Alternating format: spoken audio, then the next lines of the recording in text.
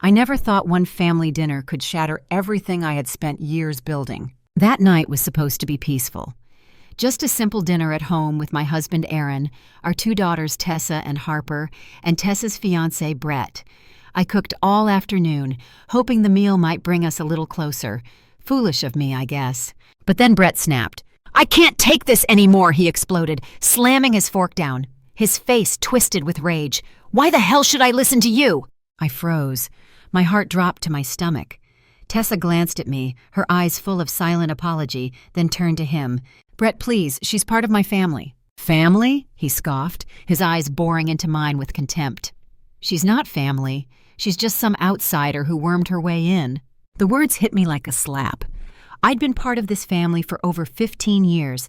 I raised these girls like my own. "Show some respect," I said quietly, my voice trembling but firm. Brett laughed, cold and cruel. "You don't deserve a shred of it." Aaron finally spoke. "That's enough, Brett. You've gone too far." But Brett wasn't finished. He turned to Harper. "And you, little lapdog, always following your fake mommy's orders." Harper jumped to her feet, eyes blazing. "How dare you?" "I'll say whatever I want," Brett sneered. "This is my family now. I'm not letting some stepmother and her little puppet control our lives." That was it, the final straw. I slammed my fist on the table so hard the dishes shook. "Get out of my house, you ungrateful bastard!" The room erupted. Tessa tried to hold Brett back, Aaron tried to calm me down, and Harper stormed off, slamming the door behind her. I locked eyes with Brett, shaking with fury. "You just made the biggest mistake of your life." Right then, something inside me shifted. Something broke. A quiet part of me died that night, and in its place rose something fierce. This wasn't about hurt feelings anymore. This was war. He had no idea what he had just unleashed. But to be honest, the warning signs were always there. I was just too hopeful, too in love, too desperate to make this family whole. I met Aaron at a company holiday party. He was recently divorced, raising 2 daughters on his own. Tessa was a teenager, Harper still in elementary school. I was drawn to him instantly, his warmth, his laugh, the way his eyes lit up when he talked about his girls. 6 months later, we were married. Just like that, I was a wife and a stepmother. Harper embraced me right away. Sweet, affectionate, and always full of questions. She melted my heart. But Tessa? Tessa made it her mission to reject me from day one. "She's not my real mom," she'd mutter whenever I came near. Aaron would brush it off. "It's a phase. She'll come around." She never did. The arguments escalated as she got older. Curfews, friends, school, college applications. She made it painfully clear I had no say in her life. "Stay out of it, Julie," she once snapped. "You're not my mother." Every time she said that, it cut a little deeper. I tried everything. Gifts, talks, shared activities. But she kept me at arm's length. One night, after another screaming match, I broke down. "She hates me," I sobbed into Aaron's chest. "No matter what I do, she'll never accept me." He held me close, whispering promises he couldn't keep. "We'll sort this out, I promise." But we didn't. The years passed. The distance between Tessa and me only grew. Harper remained my safe haven, the one person who loved me unconditionally. "Don't give up on her," Harper would say, placing a gentle hand on mine. "She knows you love her. Deep down." Maybe she did. But whatever love she had was buried under so much resentment, I couldn't see it anymore. Then Brett entered our lives, and everything got worse. The moment I met him, alarms went off in my head. Something about him felt off. His arrogance, the smug way he carried himself, the way he looked at me like I didn't belong. "So you're the stepmom," he said, smirking like it was a joke. I forced a smile. "Nice to meet you, Brett. Tessa's told me a lot about you." He turned away without responding, just walked off. From that moment, I knew. He wasn't just a bad fit, he was dangerous. And somehow Tessa adored him. Worse, he turned her against me even more. I could see it in how she glared at me, in the way she ignored Harper, in the way she rolled her eyes anytime I offered advice. He was whispering poison in her ear and she drank it like wine. So that dinner, it wasn't a surprise. Not really. It was the result of years of slow-burning tension, contempt, and heartbreak. But it was also a turning point. Brett thought I'd just accept his cruelty, that I'd back down and disappear quietly like some supporting character in his little story. He didn't know me at all. From that night on, I made a vow. I was going to take him down, piece by piece. And this time, I wasn't alone. A few weeks after that disaster of a dinner, Tessa came over to announce the news. "We're engaged," she said. her face glowing as she held up the ring. "We want you to be a part of it." Her words sounded sincere, but I could feel my stomach twist. Erin lit up, pulling her into a hug. "That's wonderful news, sweetheart." Harper clapped her hands. "Congrats, sis. I'm so happy for you." I tried. I really did. I put on a smile and nodded, trying to ignore the dark cloud that formed the second I looked at Brett's smug face behind her. "We're thinking late summer," Tessa added, glancing at me like she was offering an olive branch. Maybe this was the turning point. Maybe she wanted to heal the rift. For a brief, foolish second, I let myself believe that. I shouldn't have. The engagement party was held at Brett's parents' home, a fancy catered event with string lights, jazz music, and guests sipping champagne like they were on a magazine cover. I wore a pale blue dress Harper helped me pick out. She insisted we show up with grace and class. I agreed, though I was already bracing myself for impact. Everything started fine. Smiles, toasts, small talk. But when Brett grabbed the mic for a speech, my heart sank. "To Tessa and me," he began, raising his glass. "Soon to be Mr. and Mrs. Keaton, starting a new chapter in our lives, without any unnecessary baggage." He looked directly at me when he said it. A ripple of awkward laughter spread through the room. Harper's jaw clenched. "Brett," she hissed under her breath, "what the hell?" "Oh, come on," he replied, loud enough for everyone near us to hear. "We're getting married. Time to cut ties with the dead weight." My skin prickled. Erin put a hand on my back, whispering, "Let it go. He's just drunk." But Brett wasn't done. He walked over, sloshing his drink slightly. "You know what, Julie? You're not fooling anyone. You've been leeching off this family since day one, you and your little shadow over there." He motioned to Harper. Harper's face turned red. "Say that again, Brett. I dare you." I stood up, my whole body shaking. "You have no idea what you're talking about." "Oh, I do," he slurred. "You're a parasite, and your time in this family is up." I didn't think. I acted. I grabbed the glass of champagne in my hand and threw it right in his face. The crowd gasped. Brett stood there dripping, stunned. Then chaos erupted. People yelled. Someone dropped a tray. Harper grabbed my arm. Erin tried to calm the guests. Tessa ran forward, eyes wide with horror. "What's happening, Brett? What did you do?" He wiped his face and pointed at me, trembling with rage. "She did this. These two have been trying to ruin us from the beginning." His voice cracked with fury. "They're jealous, pathetic, desperate to stay relevant." We left. No apologies, no looking back. Harper drove me to my sister Lynette's house. My hands were shaking. I couldn't even cry. I just sat there in silence while she packed ice for my forehead, though I wasn't sure why. It wasn't a physical ache. It was deeper. "He's a monster," I finally muttered, "and she's too blind to see it." Harper sat beside me, her tone sharp and low. "Then we make her see. We make everyone see." I looked at her, my eyes wet. "What are you saying?" She stared back, calm, cold, certain. "We fight fire with fire." Lynette, bless her bold heart, was never one to shy away from a little war. After we told her everything, she leaned back in her kitchen chair and crossed her arms. "That guy's been shady since day one." "You noticed it too?" I asked. "Oh, honey, I know his type. Arrogant, careless, thinks the world owes him everything. I bet there's dirt on him." That got my attention. "You think?" "I know. And lucky for you, I have friends in places that might help us find it." Within 2 weeks, we had a trail. Lynette had connections in accounting and local law firms. Brett, it turned out, had been cooking the books at his firm. Fraud, falsifying invoices, pocketing cash under the table. It was more than shady. It was criminal. Harper and I spent nights digging through files, building a case. We printed emails, highlighted documents, pieced together a timeline.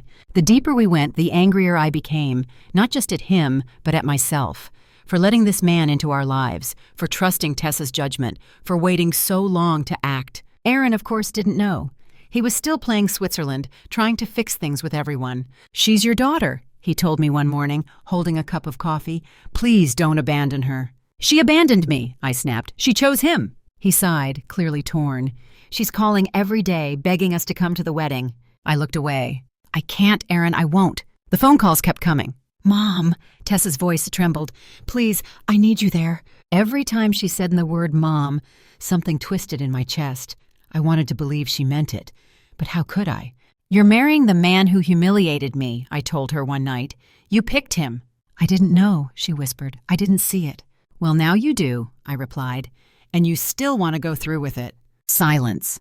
"I love him," she said, "but I love you too." I hung up without answering. The wedding was less than a month away. Our evidence was airtight. Names, numbers, statements, everything ready to be handed over to the authorities. I should have felt powerful, triumphant, but all I felt was this quiet ache. Maybe it was grief. Not just for the daughter I'd lost, but for the years I'd wasted hoping she would love me back. The night before the wedding, Harper came into my room. She found me sitting on the floor, surrounded by paper, holding the final envelope. "You sure you want to do this?" she asked. I looked up at her. "Do you?" She nodded. "More than anything." So we sealed the evidence, tucked it into a manila folder, and drove it straight to the local prosecutor's office. It was time. The morning of the wedding was beautiful. Cruel, really. The sun rose on a sky so blue it hurt to look at. The kind of morning that should belong to joy, laughter, new beginnings, not betrayal, not revenge, not... Harper and I arrived early. We didn't dress up, we didn't bring gifts, we didn't smile.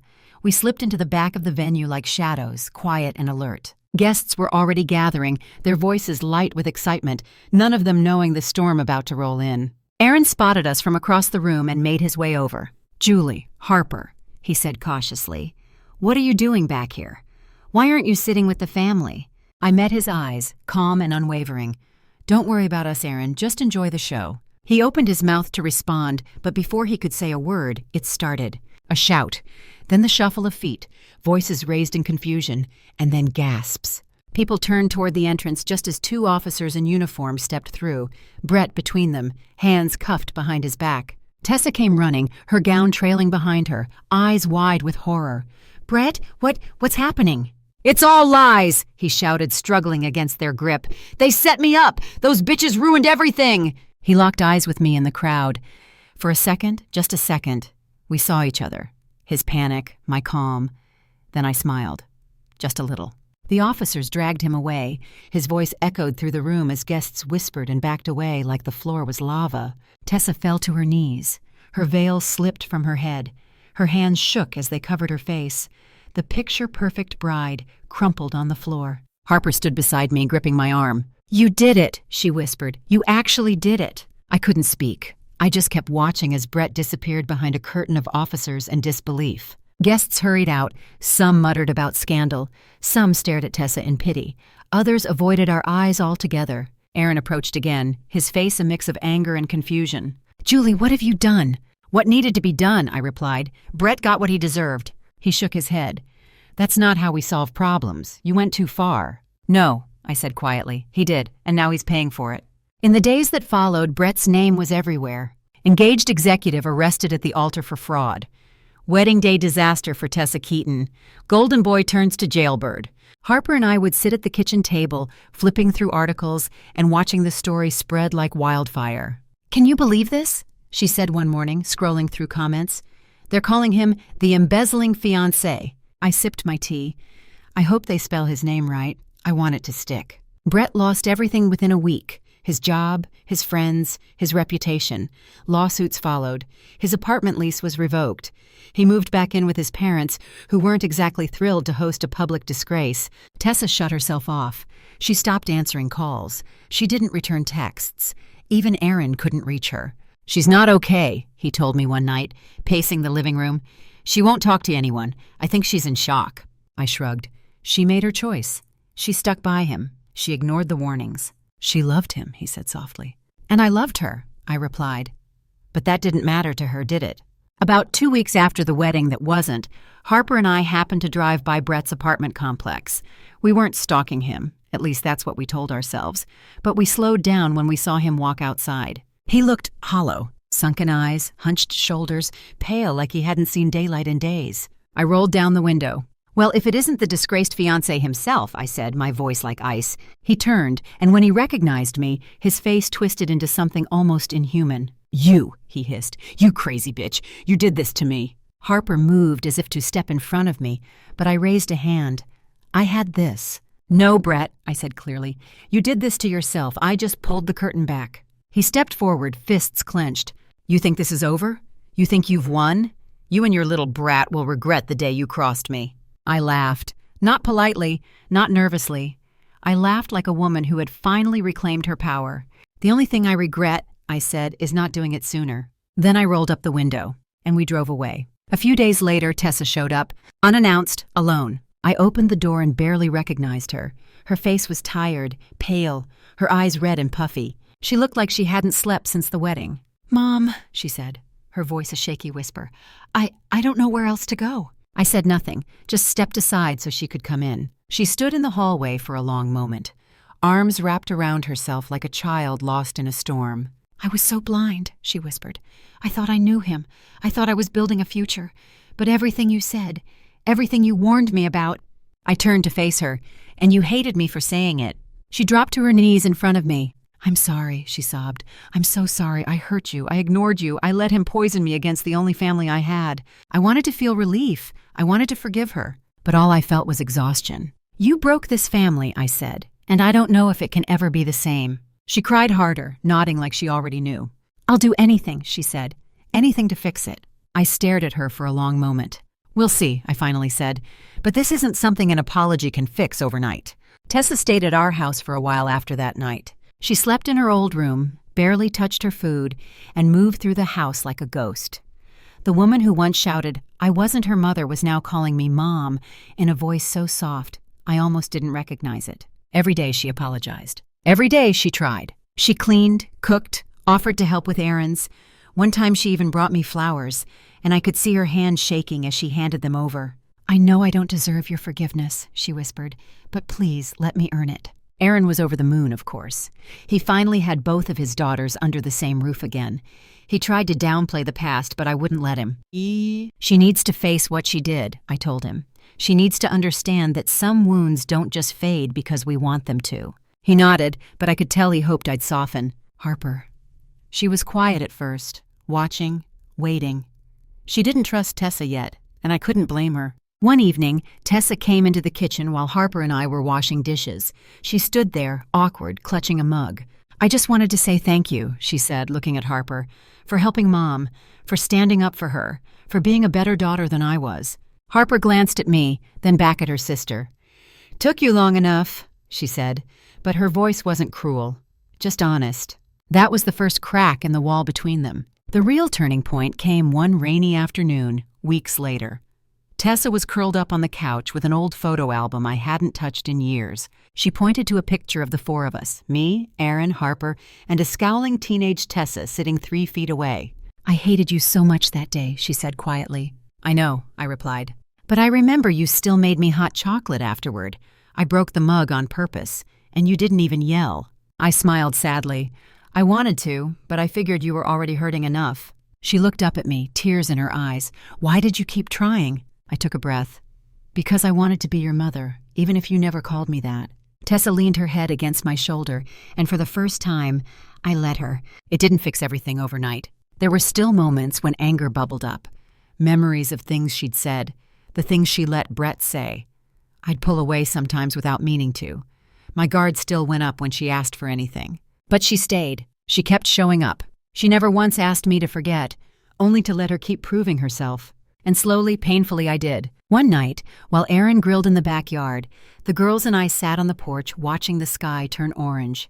"I've been thinking," Tessa said, brushing hair out of her face, "about starting over." "Like moving?" Harper asked. "No, I mean here with you guys. I want to rebuild this family properly this time." I looked at her. No makeup, no pretense, just her. "If you're serious about that," I said, "then it starts with truth. No more pretending everything's okay when it's not. No more running when things get hard." "I won't run again," she promised. Harper raised her cup of lemonade. "Then here's to second chances, but you only get one." Tessa clinked her glass. "Deal." Aaron was a puddle of emotion by the time the four of us sat down for a real family dinner. Our first in what felt like years. No drama, no yelling, just food, laughter, and the sound of forks clinking on plates. He reached for my hand under the table and gave it a squeeze. "I always knew you'd bring us back together," he said. I shook my head. "No, she did." Tessa looked up, surprised. "You brought yourself back," I told her. "That takes more strength than you realize." Months passed. The media forgot about Brett. His court case moved forward, but he didn't fight it. He pled guilty, tried to disappear into anonymity. One day, out of nowhere, he emailed Tessa a single line, "I'm sorry." She showed it to me. "Do I respond?" she asked. "No," I said. "You've already moved on. He doesn't deserve more of your time." She nodded, deleted the message. And just like that, it was gone. Life isn't a fairy tale. I'm not going to pretend everything became perfect.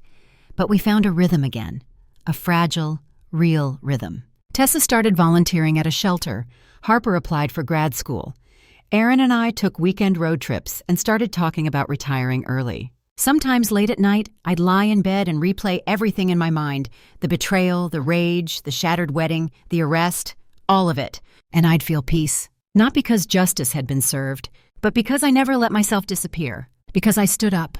I fought back. I protected the family I loved, even the one who didn't love me back at the time. I reclaimed my place, not as a stepmother, but as a mother,